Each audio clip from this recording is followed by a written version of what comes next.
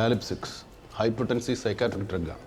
ഒരു സാധാരണ വ്യക്തിക്ക് ഇത് കൊടുത്താൽ സൈക്കഡലിക് എക്സ്പീരിയൻസ് ഉണ്ടാവും. രജിസ്റ്റേർഡ് മെഡിക്കൽ പ്രാക്ടീഷണർക്ക് മാത്രമേ ഇത് പ്രിസ്ക്രൈബ് ചെയ്യാൻ പറ്റൂ. So we can trace it. We can and we must.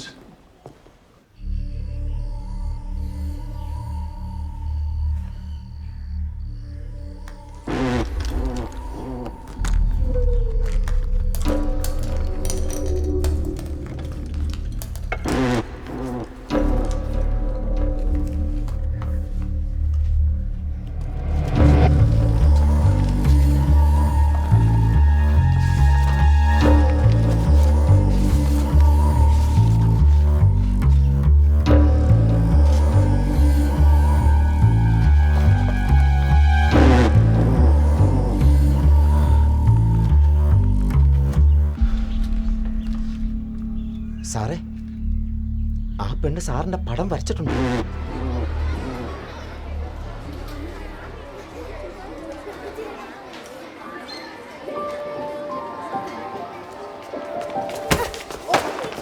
എന്താ കുട്ടിയെ കാണിച്ചത്? അമ്മയാ ബുക്ക് എടുത്ത് തന്നെ. ബുക്ക് എടുക്കാനല്ലേ പറഞ്ഞേ?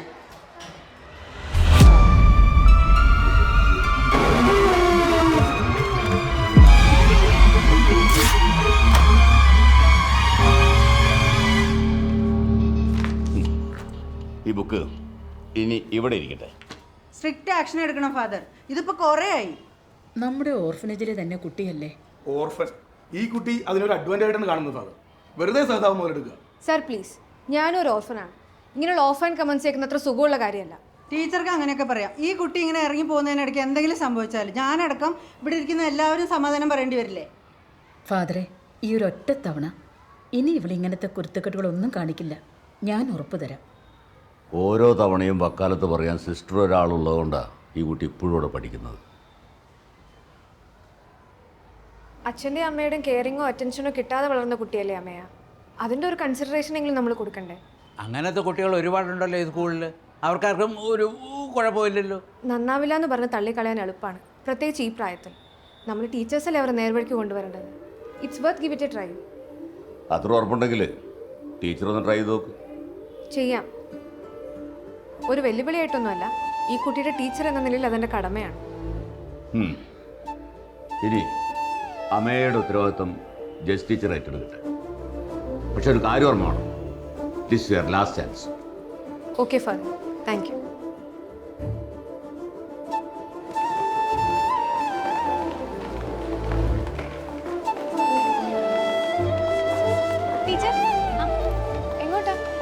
ഇന്നല്ല നമ്മുടെ കുട്ടികൾ മത്സരിക്കുന്ന മാസ്റ്റർ മൈൻഡ് ക്വിസിന്റെ ഫൈനൽസ്. കൈയടിക്കാനും പ്രോത്സാഹിക്കാനും കുറച്ച് കുട്ടികളെ വേണം ചാനൽ പ്രത്യേകം പറഞ്ഞിട്ടുണ്ടായി. അതാ അമ്മയും ചെല്ല വരുവാണോ?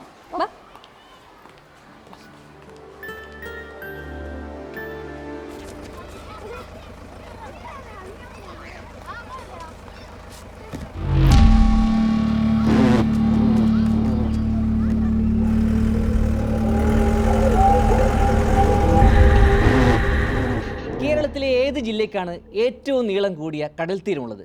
Option A Kannur, B Alappuzha, C Kozhikode and D Kasaragod. Option A Kannur. Option A Kannur ശരി ഉത്തരമാണ്. ഓക്കെ അമല, ഇനി ആ കുട്ടികളുടെ ക്ലാപ്പിൻ്റെ ഒരു ഷൂട്ട് കൂടെ.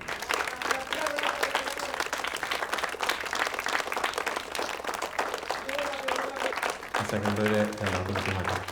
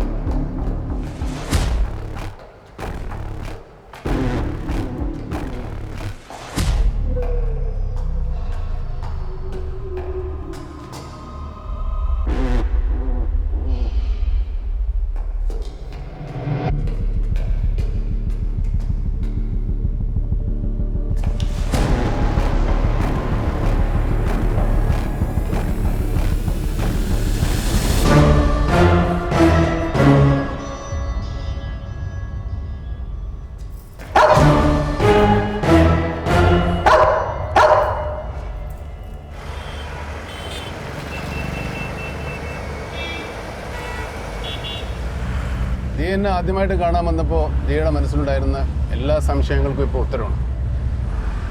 ആലാട്ട് വീട്ടിൽ നടന്ന എല്ലാ മരണങ്ങളും കൊലപാതകങ്ങളായി. ആക്സിഡൻ്റ് ആണെന്ന് നീയെ സംശയിച്ച ആ മരണവും. പക്ഷേ കേസിൻ്റെ അന്വേഷണത്തെ ഏറ്റവും കൂടുതൽ സഹായിച്ചത് എലിസബത്തിൻ്റെ മരണമാണ്. അവിടെയാണ് നമുക്കിതിൻ്റെ മുന്നിൽ ഒരു കൊലപാതകം ഉണ്ടായിരിക്കാമെന്നുള്ളതിന് തെളിവുകൾ ലഭിച്ചത്. ഒരു സ്ത്രീ അവൾ ഒറ്റയ്ക്ക് താമസിക്കുന്ന മുറിയിലേക്ക് തൻ്റെ ഭർത്താവല്ലാത്ത അന്യൻ ഒരാളെ ക്ഷണിക്കണമെങ്കിൽ ഒന്നുകിൽ അയാൾ അവളുടെ ജാരനായിരിക്കും,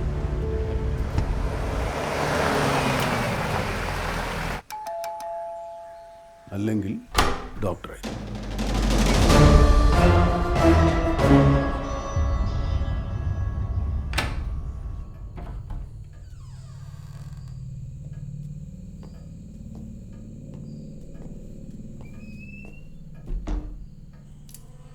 കഴിഞ്ഞ കുറേയധികം നാളുകളായി നമ്മളിതിനെക്കുറിച്ച് തന്നെ സംസാരിച്ചുകൊണ്ടിരിക്കുന്നത്.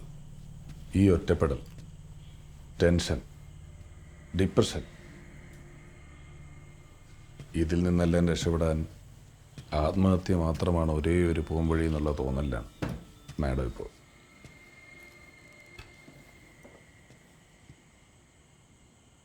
ഇപ്പോൾ ഈ കഴിക്കുന്ന മരുന്നുകളൊന്നും മാഡം അനുഭവിച്ചുകൊണ്ടിരിക്കുന്ന പ്രശ്നത്തിനൊരു പരിഹാരമേ അല്ല. താൽക്കാലികമായൊരു ആശ്വാസത്തിനപ്പുറം ഇപ്പം ഇതിനെയൊക്കെ കൂടുതലായിട്ട് ഡിപ്പെൻഡ് ചെയ്ത് തുടങ്ങി. അതിനേക്കാളും ഭേദം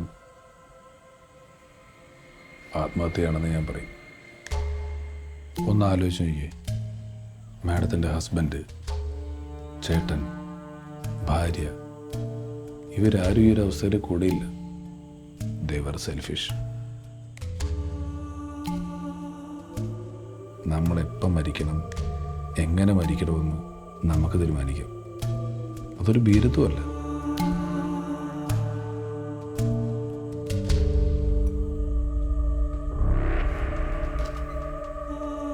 സഞ്ജയുടെ മെഡിക്കൽ റിപ്പോർട്ടിൽ പറയാതിരുന്ന ഫാലിപ്പ് 06 mg എന്ന ഗുളിക എലിസബത്ത് കഴിച്ചിട്ട് അവരുടെ സൈക്കാട്രിസ്റ്റായ താങ്കൾ എന്താണത് മറച്ചു വെച്ചത്? You are actually abetting her to commit suicide. ഞാൻ തന്നെയാണ്.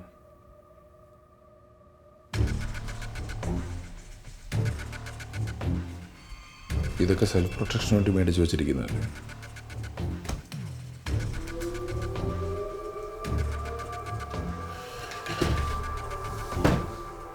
Protect your self.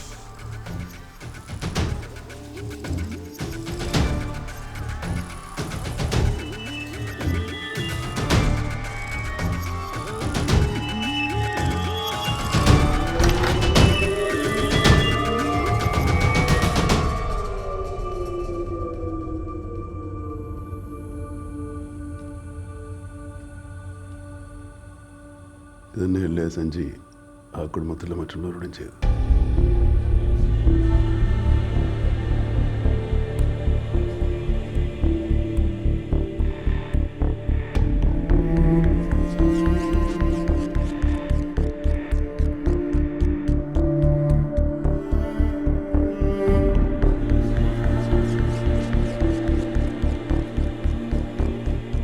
പക്ഷേ നിങ്ങളെ കൂടാതെ ഒരാൾ കൂടെ ആ വീട്ടിലുണ്ടായിരുന്നു എന്നുള്ള വിവരം സഞ്ജയ് അറിയുന്നത് പിറ്റേ ദിവസം. അന്ന് നീ കാറെടുക്കാതെ ആലാട്ടെത്തിയതിനും പിറ്റേന്ന് രാവിലെ ഓട്ടോയിൽ തിരിച്ചു പോയതിനും ഞങ്ങളുടെ കയ്യിൽ വ്യക്തമായ തെളിവുകളുണ്ട്. അലക്സിൻ്റെ കയ്യിൽ നിന്നും ജോഷിയുടെ കയ്യിൽ നിന്നും കണക്കില്ലാതെ കുറേ കാശ് കടം മേടിച്ചിട്ടുണ്ടായിരുന്നു. അതൊന്നും തിരിച്ചു കൊടുക്കാതിരിക്കാൻ വേണ്ടിയാണ് ഞാനിതെല്ലാം ചെയ്തത്. കള്ളം. സഞ്ജയ് എന്താ മറ്റു രണ്ടുപേരുടെയും പേര് പറയായിരുന്നു?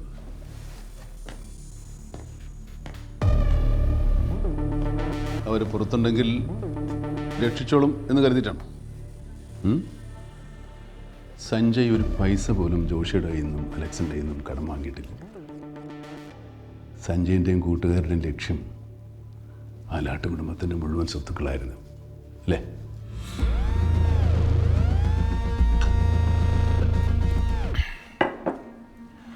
സംഗതി മൂന്നായിട്ട് വീതം വയ്ക്കുക എന്ന് പറയുന്നത് നടക്കുന്ന കാര്യമില്ല. എന്ന് പറഞ്ഞാൽ എങ്ങനെയാ? കടം വരച്ചത് നമ്മൾ മൂന്നുപേരും കൂടെ ആണേലും ഇറങ്ങിക്കളിക്കുന്നത് ഞാനല്ലേ. എനിക്ക് ന്യായമായിട്ട് എന്തെങ്കിലും കിട്ടണ്ടേ? എത്ര? പകുതി എനിക്ക്, ബാക്കി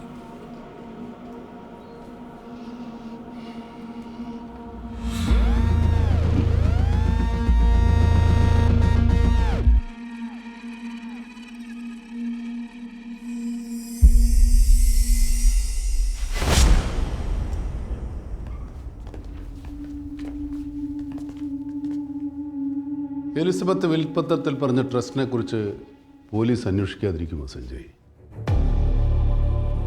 ആ ട്രസ്റ്റിൽ ട്രസ്റ്റികളായിട്ടുണ്ടായിരുന്നവരിൽ പ്രധാനികൾ നിങ്ങൾ 3 പേരുമായിരുന്നു. അതിനു മുമ്പുണ്ടായിരുന്ന ആത്മഹത്യയുടെ കഥകളും അലക്സിൻ്റെ മകളുടെ ആക്സിഡൻറ്റിൻ്റെ രഹസ്യമൊക്കെ ഇവർ തന്നെയാണ് പറഞ്ഞത്.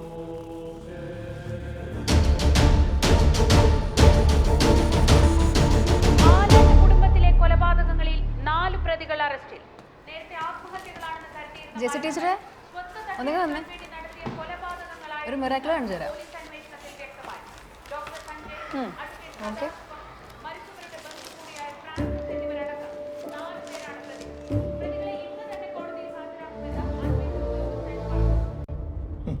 CM പേഴ്സണലി എന്നെ വിളിച്ചിട്ടുണ്ടായിരുന്നു. ഉടനെ തന്നെ വേറൊരു പ്രമാദമായ കേസിൻ്റെ ഫയൽ എന്നെ ഏൽപ്പിക്കാൻ സാധ്യതയുണ്ട്. ഇതിപ്പോൾ ഫാദറിൻ്റെ മുടുക്കാണെന്ന് അവർക്കറിയില്ലല്ലോ. ഞാൻ ആ പാർട്ടിക്കിടയിലും ശ്രദ്ധിച്ചു. ഫാദറിൻ്റെ മുഖത്ത് എന്താ ഒരു വാട്ടം.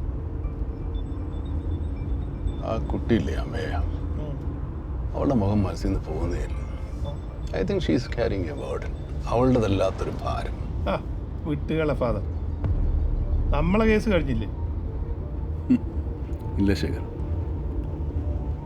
നമ്മളുടെ കേസേ കഴിഞ്ഞിട്ടുള്ളൂ. എൻ്റെ കേസ് തുടങ്ങാൻ പോകുന്നതിലാണ്.